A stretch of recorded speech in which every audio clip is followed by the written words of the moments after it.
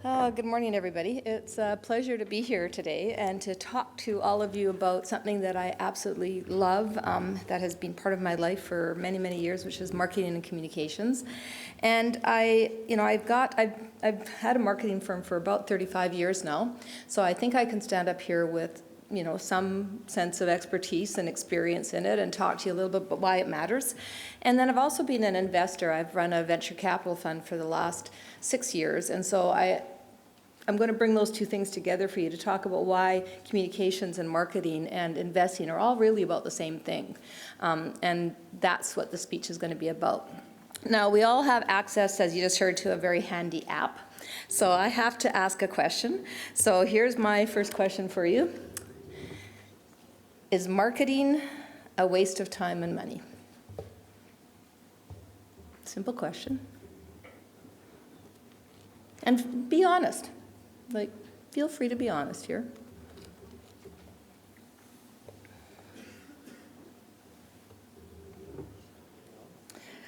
All right, well, perfect. My work's done, so have a good afternoon. Thanks, Arlene. Yes, see ya. I have nothing to say. Okay, I'm still going to give you my thoughts, but because your intuition that it isn't is right, of course. Marketing isn't a waste of time and money, but it isn't always a top priority, and I'm going to make the case as to why it should be today. I'm going to talk to you about why marketing has to be more of a priority than likely you're making it today. And the reason that it should be is the word value. As a marketer and as an investor, I spend a lot of time thinking about the word value. The word value, it's used everywhere. In fact, it's overused. But the thing is, not everybody uses it in the same way. On the surface, value just means how much something is worth, right? I pay $1 for a can of Coke. That means that's the value of the can of Coke. But if any of you have been following the crazy cryptocurrency craze that's out there, or something even crazier, the housing market in Toronto or Vancouver, you know that value isn't fixed. It moves, it changes, it fluctuates. And of course, there's hard factors that contribute to this, and you know this better than anybody. Supply, demand, shipping, all the things they teach you in Economics 101. But there's also other factors that contribute to value. Perception, opinion, emotion. They're vital factors that contribute to how you feel about value, but they're very, very difficult things to pin down and predict. Navigating perception and emotion is a huge part of the job everybody has as a marketer. What's the use of a great product that no one knows about, or a great service that nobody trusts? Business owners are always so passionate about their work, but if you can't get customers to be passionate as well, then guess what? You've failed. I've seen many amazing businesses falter because they didn't do one thing well, and that is connect with people. They were unable to communicate their real value in the places that mattered to the people they wanted to do business with. Being in marketing for many years has informed how I go about investing. Years of navigating customer opinions, emotions, perceptions. I know how powerful these forces are. And I know how some small, overlooked detail in a product or a service can make all the difference in the world when exposed to those factors I just spoke about. So like any good investor, like anybody in an investment group, I look for something hidden. I look for hidden value. I look for potential. Every would-be investor in a business has access to the exact same thing. They see the financial statements, they see the research, the exact same opportunity to invest in this exact same company. And we all look at exactly the same way. We look at the profit and loss statements, we look at the same strategies. So why is it that some people will invest in a company and some people decide to pass? Why is it? They're looking at the exact same thing. How many of you have looked at numbers and facts, been given an opportunity to invest in something, you took a look at it, you took a hard pass because you didn't believe it was going to be successful, and yet you watched as somebody else invested it and made a lot of money on it and did very well. And you ask yourself, what did I miss? What did they see that I didn't see? If I ask that question another way, why is it so hard to predict how a company is going to perform? Should be just about the numbers, right? It should be just about the marketplace. The reason is that if you think about savvy investors, lots of savvy investors passed on Nike. Lots of really good investors passed on Nike. Lots of really savvy investors invested in WeWork. So it's not about just the financial statement. It's not entirely written there. It lives in market need. It lives in perceptions, opinions, and emotions of potential customers and clients. If you've watched me at all on Dragon's Den and you've wondered what I'm thinking while people are coming in front of me, I'm thinking about that. I'm looking at them thinking, okay, it's a great product or it's a great service, but will people really care about this? Will they really understand why it should even matter to them? And so when I look at that, what I'm doing is I'm going to think about whether or not customers are going to connect with this business in a way that they're going to find it valuable. Will they see value in this? Not just useful, but valuable. So the answers to these questions are what determines everything for a good investor and for a marketer. How are people going to connect with this product and business? How are they going to engage with you? Are they going to give a red rat's ass about what you're trying to sell them, or are you just a transaction for them? And so I'm always on the lookout for the wonderful and strange and obvious and counterintuitive ways people put value on things. So I'm going to give you a fun example of what I mean by that. Here's, got your apps again. Here's my next question. Do you tip the cashier at McDonald's? I don't go there. You don't go there. That's a different question. All right. Honest crowd. That was an easy one, right?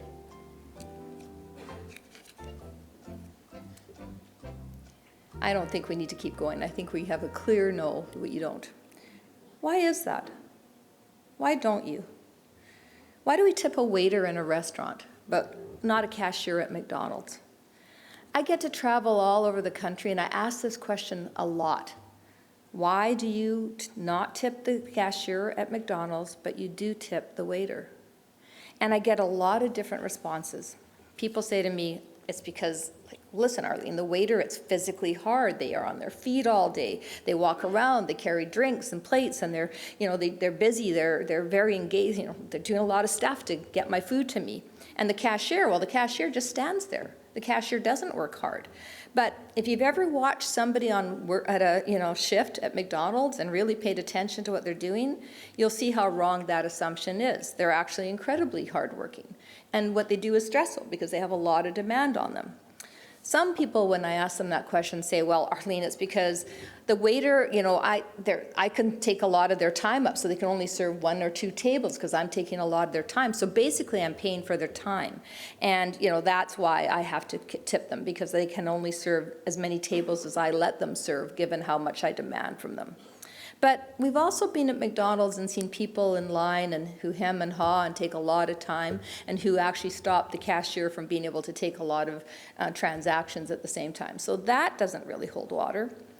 Someone else told me once, and this one I think is certainly BS, but they said it's because we're sitting and the waiter is standing, and so we subconsciously feel inferior and we want to tip to regain status. So I don't think that's it. But, you know, there's a lot of people who think tipping should just be abolished in general, period. And those people have clearly never worked a minimum wage job, but that's a topic for another speech.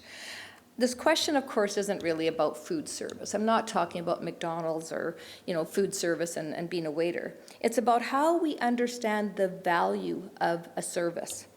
So if you think about it, I mean, I'm continually fascinated by how we value work and how we value different work differently. Why are some forms of work prestigious? Why are some taken for granted? Why do some things feel personal and important, and some feel like transactions? All the answers I get to the tipping question point to the subtle, different way we value the work that's being done. They also point to the different ways we perceive the worker and the organization. The biases that we have against fast food, the biases we have for a fancy restaurant, all of these are perceptions, emotions, and opinions. They all come to the forefront as we're experiencing the transaction and doing whatever it is we're doing in the restaurant. There's something incredibly human going on here. If you really think about it, there's something very human going on here, where we as customers are figuring out whether the person doing a job for us is somebody we can trust, and if they're on our side. One of the answers I've gotten to the tipping question addresses this exactly. A woman told me, the cashier at McDonald's works for McDonald's. The waiter at my sushi place, they work for me to personally serve me, and that's why she tips. So let's think about that for a moment. This woman knows she's not the employer. She doesn't train or fill out a T4 for that waiter. She doesn't reprimand bad behavior. She doesn't book their schedules. She knows obviously that the sushi waiter works for the sushi restaurant and that they would have the restaurant's interests at heart, which is kind of funny because the funny thing about tipping is the more you pay for the meal, the more you tip. So if you think about the cold, hard logistics of McDonald's, they take your money, you place the order, they hand you the food, where the waiter at the restaurant is trying to get you to buy the more expensive dish, pair it with more expensive wine. And in this light, the waiter's actually your enemy. They're trying to take more money from you. They're actually becoming your enemy. But that's not how we feel, right? We don't feel that when we're in a restaurant. We don't feel that. We perceive the value of the service differently, and so it's not how we behave. We feel, especially when we get good service, that the people delivering it are on our side, that they work for us to create a great meal and a memorable experience. So let's go back to the question I asked you. I said to you, do you tip the cashier at McDonald's? Now, if I had asked you about tipping a waiter, I probably would have said, do you tip your waiter? It's a small word, but it has huge value. Do you tip the cashier? Do you tip your waiter? The your means there's something more going on here. And so we tip. They belong to us. They have a relationship with us. We acknowledge in tipping that there's something hidden here. There's a hidden value, something that goes beyond the price of the meal. So what creates that value? Why is it the cashier versus my waiter? The answer is very simple. We talk and we interact frequently with the waiter. They ask us how we're doing. They tell us their names. They point out their favorite dishes. They make some sort of back pocket joke. They've made at every table in the room. It doesn't really matter what we talk to them about. The point is, there's communication. And communication creates something that pulls mightily on our opinions, perceptions, and emotions. And you know what it does? It creates a relationship. Personal and meaningful communication can elevate any transaction to a relationship. Because anyone can process a transaction, but a relationship is obviously dependent on the people involved. And where there's communication, the work and the worker are imbued with personality. And with personality comes all the things we respect in life: skill, humor, passion, authenticity. And these qualities affect the work being done. And just importantly, these qualities affect how we value the work that's being done. Passion and skill are essential to important work, right? Ask anybody who has a mechanic why they really like their mechanic and why do they stay loyal to that specific mechanic. And they'll say something like this. They'll say, oh, my mechanic is just amazing. They know every single thing about my car. Nothing I can give them, they'll always fix it. They can always find a part. They're absolutely stellar. So what they're saying is that it's not just a job for this mechanic. It actually involves passion. Their mechanic is passionate about their cars, passionate about what they do. And the great mechanic has a relationship to cars. And that allows us to have a relationship to the mechanic. So that's what makes them go from a mechanic to my mechanic, because the work is being elevated by a human, by adding personality. They know about this individual's passion, they know who he is, and suddenly I can have a relationship with him as a result. Sadly, a cashier at McDonald's can and has been replaced by mechanical robots and by machines, because machines are better at transactions. But I will stand up here and hopefully I'll be here 10 years from now and tell you that I do not believe that a waiter in a high-end restaurant is ever going to be replaced by mechanics or by machines or by robots. Why? Because the restaurant owner knows that the relationship that you have with the waiter is of utmost importance to you coming back to that restaurant time and time again. So there's a really simple formula here for you as you think about communication. Communication elevates a transaction to a relationship. Relationships, by their definition, involve personality, and personality adds value both to the work and the worker. Nothing groundbreaking here, but it's really important. I don't want to do this question on a poll because I don't want to embarrass you, but anyone out here been to couples therapy will know that there's a basic cliche.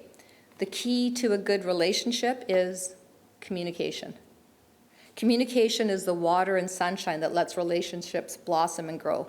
I guess that makes me as a marketer a marriage counselor of sorts because I'm really just in the communication business. I care about one thing at the end of the day, and that is relationships. It's not selling products or services. It's not creating logos and jingles or window displays. I care about relationships. I don't want to stand here and convince you about the importance of marketing because marketing in and of itself is important, sure, but relationships are what makes it important. Marketing communications are what gets you to relationships. That's how you build them. And you can build them with all of the key stakeholders that are in your businesses that you need on your side in order for your organization to be successful. The most successful companies I've worked with, from billion-dollar corporations to tiny startups, understand the importance of relationships. They speak to their customers. They listen to their customers. They speak and listen to their team. They put honesty and transparency at the forefront. They value authenticity. And they constantly revisit their core principles. What makes us special? Why do we get up in the morning? What can we get better at? They don't let these fundamentals run on autopilot. They don't do it once and then just assume it's going to continue on over time and time again. They're constantly working at it. They constantly understand that relationships need tending, and if you don't feed them with communication, they wither away. So, relationships. Relationships are simultaneously the hardest and the simplest thing to build because they're so fundamentally human. Simple because they come naturally to us. I mean, let's face it, we're all social beings. We love relationships that we have with our friends and our colleagues, our families and our neighbors. It's hardwired into our DNA as people. But it's hard because it's really hard to change opinions, perceptions, and emotions in an hour, a day, or even a month sometimes. It's a constant effort. So that means that all the work that we have to put into it every day is hard. And relationships take time to build. And how many of you in this room have time to really build relationships? When your job is bound up in the day-to-day, and the metrics you measure success by, and success isn't measured by in communication, it's easy to say forget about marketing and building long-term relationships. I'll deal with it later. Today I have quotas to fill. I have people issues to deal with. I have revenue numbers to hit. Your workday is particularly packed. I know this. I've talked to enough people in your business to have a good sense of what a day is like for each of you. It's the horror show of time management. I get that a job site is a living, breathing thing, that setting up workers for a safe, efficient, productive day of work is a constant battle for each of you. Things change. Fires need to be put out. HR needs to fly in. Different equipment needs to be here yesterday. There's dispatch, managing the contractor, dealing with grievances, allocating time and energy to training and mentorship. You plan the day, and then you replan the day, and then you replan again just to stay on top of it. If that's your day, how on earth can you spare a minute for tomorrow when you have today breathing down your neck? You're not alone in this, by the way. Some of the biggest multinational corporations I've worked with get so bogged down in their day-to-day logistics that their marketing and communications gets pushed to the side. Products on the shelves become way more important than perceptions. So the relationship to the market becomes a box to check, and it's relegated to middle management or the middle of an organization as some sort of service department. I don't know how many of you have marketing at the head of your organization or sitting along you with the head of your organization, but if you don't, if you have it in the middle of your organization, it becomes a service area. It supports sales efforts. It supports some of the things that you think are critical, but it's not helping build the communication that are important at the top. Communication belongs with leaders. It is a job for leaders. It is not a job for middle management. It is something that middle management can support, but it needs a leader to stand up and be clear. Now, leadership. Let's talk about leadership for a minute. Go and Google leadership, and you get all sorts of ridiculous pictures. You're going to get a little cartoon man, and yes, it usually is a man, with a briefcase, and they're scaling a mountain. Or you get a single chess piece that's leading the charge on a chessboard. Sometimes there's cogs and wheels and there's circles, but there's always an arrow pointing up somewhere, that you can't see where it's pointing to. Sometimes there's a picture of a person climbing a building and a little group of people following them, and usually they have a flag or they have something, that they're showing that they're leading the way. But the idea is the same every time you look at these pictures. The leader stands out in front, trailblazing with a great idea. They run ahead carrying the flag, and it's just ridiculous. That's not what leadership is today. The leader is not always out front and on top, and this is the misunderstanding of what real leadership is. Leading doesn't always mean being out front ahead of the charge. If you think about great generals, they don't always stand on the front lines, right? Because if they take an arrow to the chest, their leadership in the war is over. But now we're seeing in the Ukraine how one brave leader is on the front lines, communicating every day and every hour as to what they need, what matters to the country, and why people should care. Volodymyr Zelensky is doing what great leaders do. He is speaking with meaning, and he is being heard. We can feel this when he speaks. We can feel it on a personal level. We can feel the anxiety, the anxiousness, the bravery, the courage, the desperation. We can understand it because a leader is unafraid to communicate what is really happening. And helping us identify with it has not only galvanized the nation, but the world as we look to him, one individual in a war, to help us communicate what's really happening. We've all been in meetings where somebody, everybody's talking over each other, people are shouting one over each other, and nobody's really getting anywhere. And then there's one person in that room who's being quiet. And when they talk, everybody turns to them and listens. They usually aren't talking loudly. They usually can talk quite softly. But the reason people listen to them is they have respect. They have that type of leadership quality that's rare and that's valuable. They know how to capture people's emotions by just being themselves and by speaking their truth. If you think about great leaders, if you think about people, whether you agree their leadership style or not, if you think about Warren Buffett, Steve Jobs, Bob Iger, these are people who not only led their company with great decisions, but also by the tone they set, the personality they bring. They have no interest in shrinking or blending in. They stand up and express themselves with honesty and authenticity.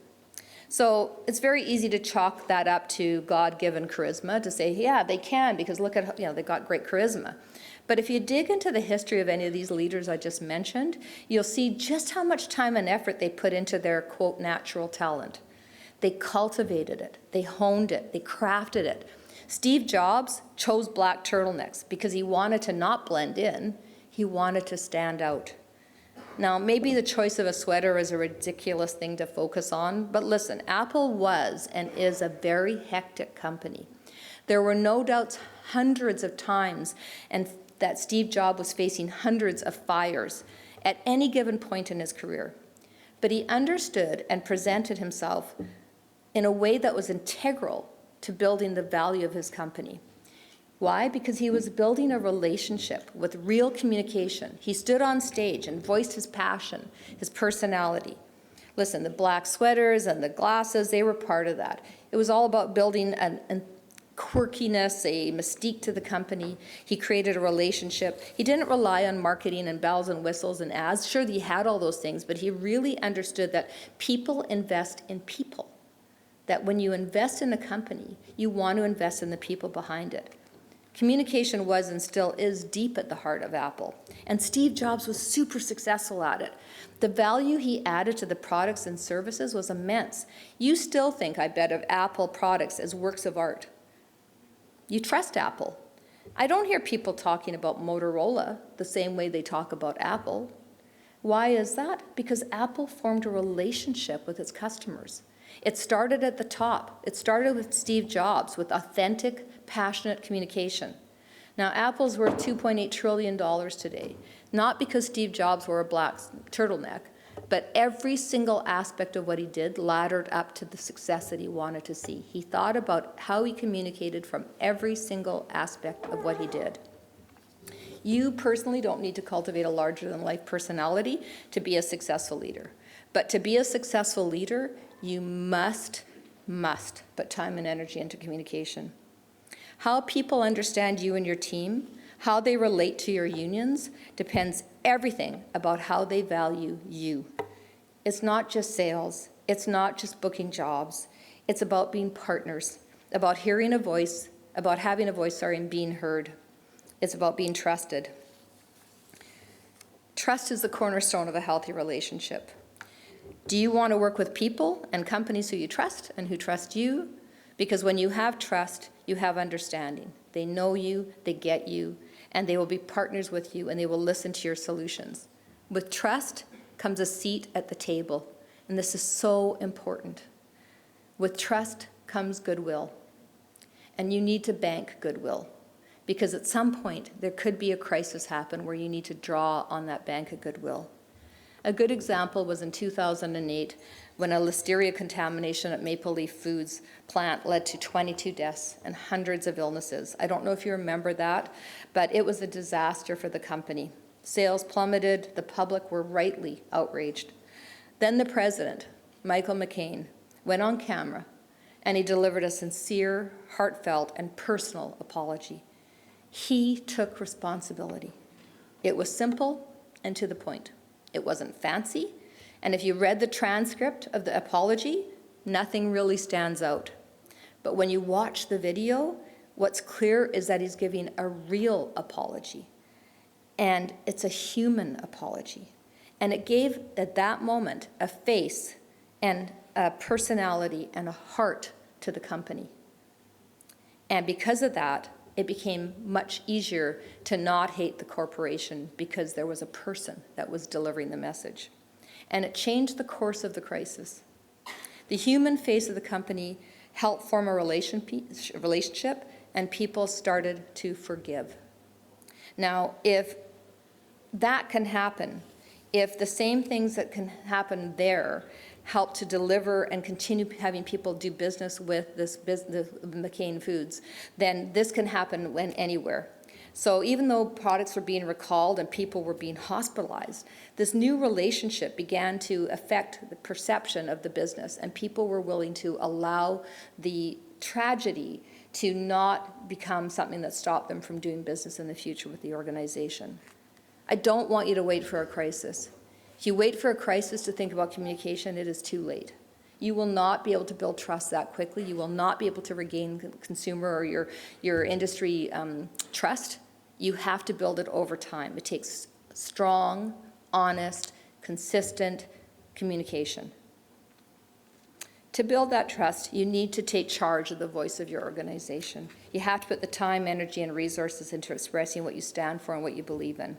You can't just say the right things, you have to be heard. So, good example, I'll go to companies and they'll say, you know, we want you to do an ad for us. And I'll say, well, do an ad for you. Okay, what do you want me to say? Well, it's all said. If you go to our website, like it clearly says right on the banner on the website, we are the best. And I'll go, okay, what makes you the best? Well, you know, we just are the best. And I'll say, well, is anybody listening to you when you say you're the best? Like, how do you show up as the best? Do you create the best products? Do you have the best team? Do you have, what's best mean? Another one is world class. What does that mean exactly? Tell me how you get there. And they'll say, listen, Arlene, we don't want to do all that work. We don't want to spend a lot of time thinking about what gets us up in the morning and who we really are and what makes us best. We just want a great ad, or we just need a good website, or we need something. And I'll tell you, I stick to my guns. I will not do the work unless they are prepared to do the work. Because when you're speaking to people on their terms, you have to solve their problems. If you're going to put something on your website, you have to make sure that people are actually going to believe you. You have to start building trust. You have to start building the business to reflect what you're communicating about the business. Otherwise, you've just got a monologue.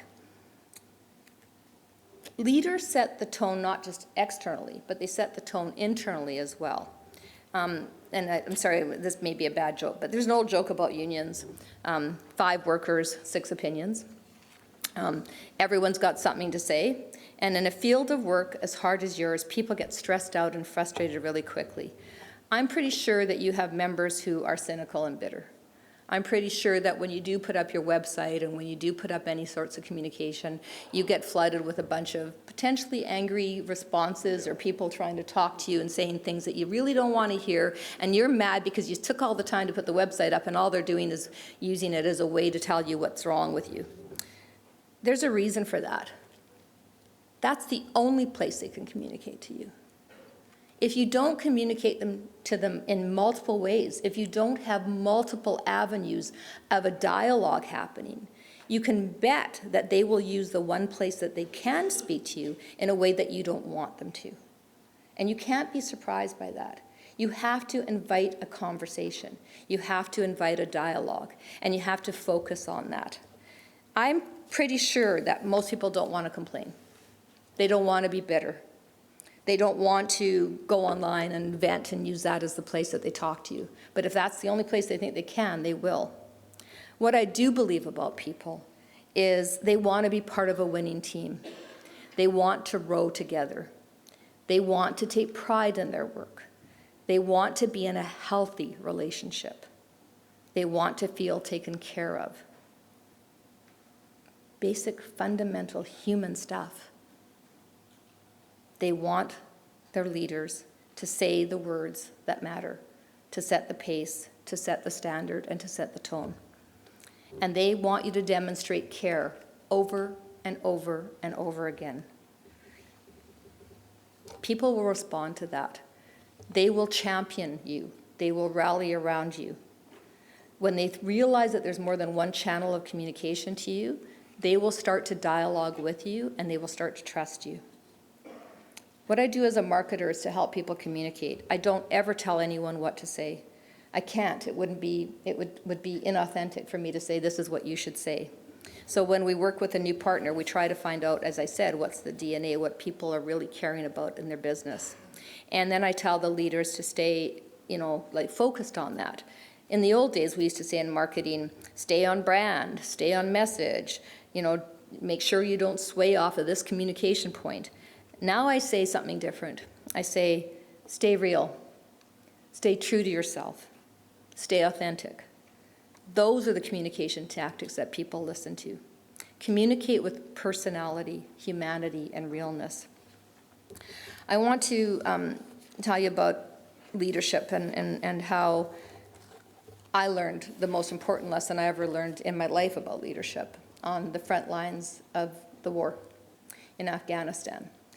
I never thought I would learn about leadership there, but I did.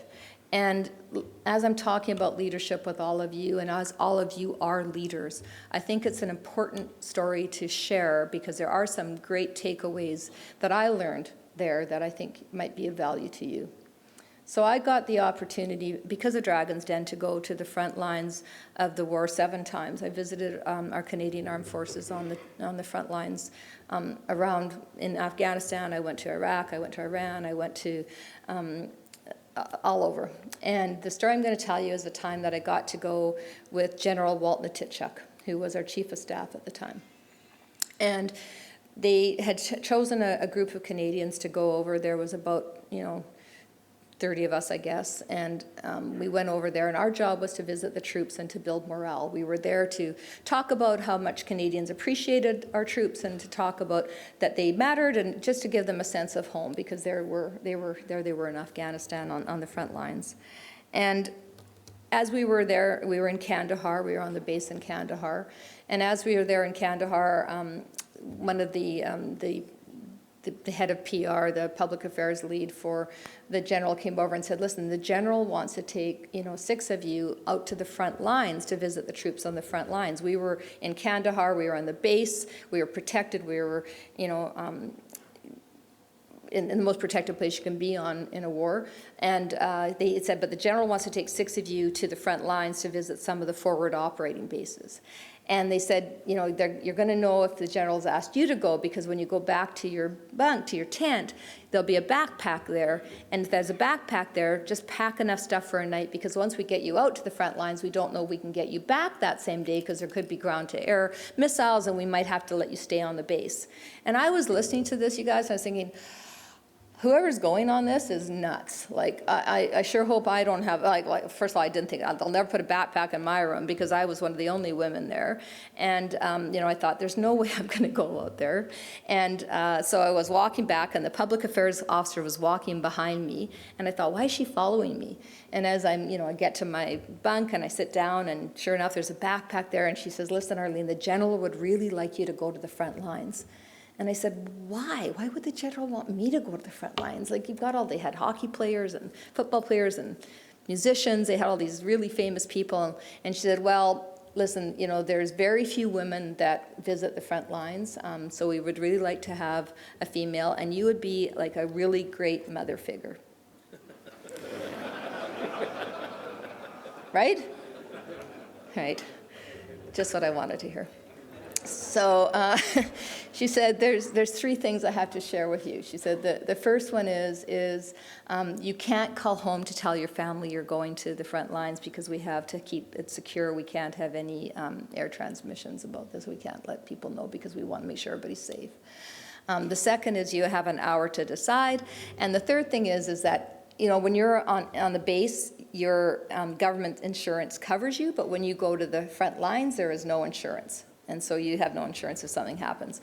So I'm thinking, great. So I said, okay, I'll do it. And she said, you don't want to think about it? I said, no, I'm pretty sure this is one of those things that if I think about it, I won't do it. So I said I would go, and I was able to go with the general and a few, Alan Frew from Glass Tiger and a couple hockey players, and off we went. And it was super hot. When you're in the desert, it is super hot, and I get sunstroke really easily. And so, you know, we get out there. Well, wait, I got to tell you one quick story.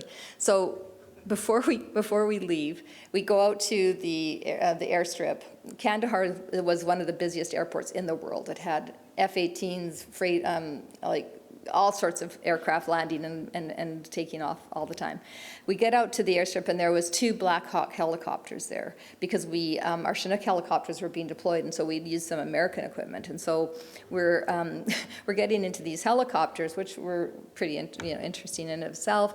We've got like flak jackets on and helmets on, and you know, I'm sitting between 2 kind of burly football guys or hockey guys, and kitty corner to me is a guy named Dave, and Dave is the head of the special armed forces unit. And so these guys were like 130 pounds a pack, and 30-degree heat for 24 hours at a time. Like, they're super fit humans. And Dave looked a lot like Tom Cruise, I'm just saying. And Dave is sitting kitty corner to me, and there's another guy at the other door, and they're both armed with their rifles and their machine guns. And so, like, I'm feeling pretty safe. I'm feeling, like, I'm thinking, okay, I've got all this protection around me. Things are going to be okay. And, as the helicopter starts to lift off the ground, for those of you who have been in a helicopter, it starts to lift up off the ground, and I'm feeling quite calm. And as we get up there, Dave's got his Oakleys on and his guns, and he yells at me over top of the noise of the rotors, and he yells at me, he goes, "Arlene!" He goes like this. I look at him, I go, "What?" And he says, "If this helicopter goes down, you follow me." I'm going, it can go down? Like, what? So I'm like at the top of a roller coaster when you just want to get off, but you can't get off. Like, I'm in it, right? I'm in it. I'm thinking, oh my goodness, like, what have I said I would agree to? So we went that day to visit 5 forward operating bases. And I listened to General Walt Natitchuk give the exact same speech 5 times. Some of these forward operating bases had as few as 50 men and women in our troops, and some of them had 250 people. And here's what General Walt Natitchuk said when I was there, where I learned the best lesson of leadership I'd ever learned in my life. He stood in front of his troops and he said, "Listen, I'm the general. You would think because I'm the general that I know everything about what's going to happen in this war. that there's nothing that's going to happen that I'm not aware of and that I will be able to tell you about because I know what's happening. He says, but that's not true. This is war. The enemy is really smart. They get up every day to go to war. I don't know what they're always going to do. But what I will tell you is that as I learn things, I will tell you, and that I will be here with you, alongside of you, and I will fight with you. Then he said, some of you are going home in the next few days or the next few weeks, and that means that maybe, just maybe, your mind is on going home. And if your mind is on going home, that means that you're not really present here in combat. I need you present. I need you here. I need you focused, because if you don't do that, not only do you endanger your life, but you endanger the lives of the people around you. Then he said, you know, you're doing this mission because we selected you for this mission. There are thousands of men and women in the Canadian Armed Forces we could have chosen from, but we chose you because you are the best people for this mission. And then finally he said, there isn't a Canadian who doesn't appreciate and understand what you're sacrificing and what you're doing to help maintain peace and protect people who deserve protection. What did he say? What did he really say? What's the lesson on leadership for all of us? He said, I may be the leader, but that doesn't mean I know everything. It just means that I've been given this role, and I can tell you as the leader of this organization that I'm going to be there with you. I'm going to share with you the things I know as I know them. I'm going to be transparent and honest with you, and I'm going to work alongside of you. Who doesn't want to hear that from their leader? And then he said, you know, you're part of a team. If you don't do your job, not only do you let yourself down, but you let the entire team down. We need you to do your job so that we can all be better at ours. You're part of a team. Then he said, your job, you have this job because we chose you for this job. There's lots of people who wanted your job, but you know what? We picked you. We picked you because you're the best person for it, because we trust you, because we believe in you, and because you're the best person to fulfill the mandate that we have here. And then finally he said, what you do every day matters. You get up every day to make a difference in your community, in your job, and to this business. That is leadership. Telling your people they count. Telling them they're doing something meaningful. Making sure they understand that you're a leader that's there with them, that you're fallible, that you're trying your best, and that you're prepared to tell them everything and include them in it. Making sure they know that they're special. It's what we all want. It's what we want from our leaders in government. It's what we want from our leaders in business. It's what we want from our leaders in community. We want to feel heard. We want to feel communicated to. We want to feel valued. This is what marketing is about. It's about communication. It's about leadership setting the tone of communication. It is not about a website. It is not about any aspect of the tactical things you will do in marketing. It is about communication. And as a result of being good at communication and setting a tone, you will find that you have great websites, great tactics, great people working for you, people who are cheering for you. You will find that communication with your teams gets better and better and better.